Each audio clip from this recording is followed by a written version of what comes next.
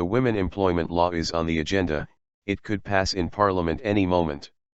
Women in this country, you know, are regularly being encouraged to give birth. The law enables new mothers to work part-time and receive a full salary. Normally, one's first reaction to this would be wow, oh God, how generous. Indeed, at first glance it looks as if it is a clause that protects women. However, there is a but. I spoke to the head of the Women Entrepreneurs Association of Turkey, KAGİDER, Gülden Türktan, on the upcoming draft on women employment law. Türktan said we will all see whether or not this bill will increase or decrease female employment. At present there are many questions about the bill, she said, including the starting and finishing time, lunch, transportation and, most important of all, will employers choose to hire men instead of women in these circumstances? This part-time fully paid worker is an extra cost for the employer. While transportation is provided for full-time workers, the employer will have to provide extra transportation for, say, 3 pregnant women and a new mother. Türktan says this will increase the cost of women workers, so when the cost increases like this, women's opportunities to work will decrease. Under these conditions, I asked what the real aim behind this bill was. Türktan replied, the president has a very clear discourse, he is saying give birth to children. The more children you have, the more opportunities Turkey will have. As women give birth to more children, the working population will be more than the non-working population, and this will make the country grow economically. This is their policy. But actually, there is a potential for non-working women in our country. If we can transfer this potential to the workforce, then the economy would grow. Of course, nobody says this or is able to say these things to the president. So he continues to say, women should give birth to 3 children.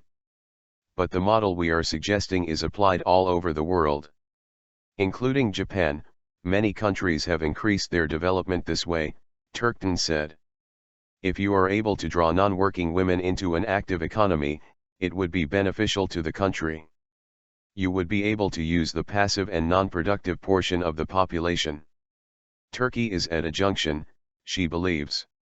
One path is to say to women, do not work or anything. Stay at home, have children, take care of children. Help Turkey develop in this way.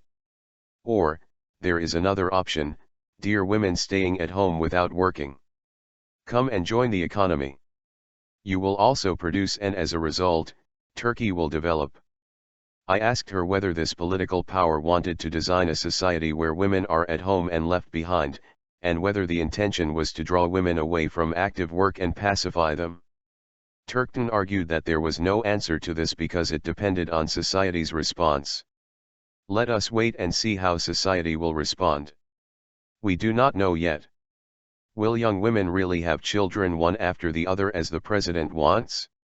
Actually, there has been a slight increase in the birth rate, it was heading below 2.0, now it is up to 2.2. Will the young population of our country say come on, let's get married immediately and have children? Or will they resist to stay in the workforce, she said. I was curious whether a bill prepared to increase women's fertility would have any benefits for women.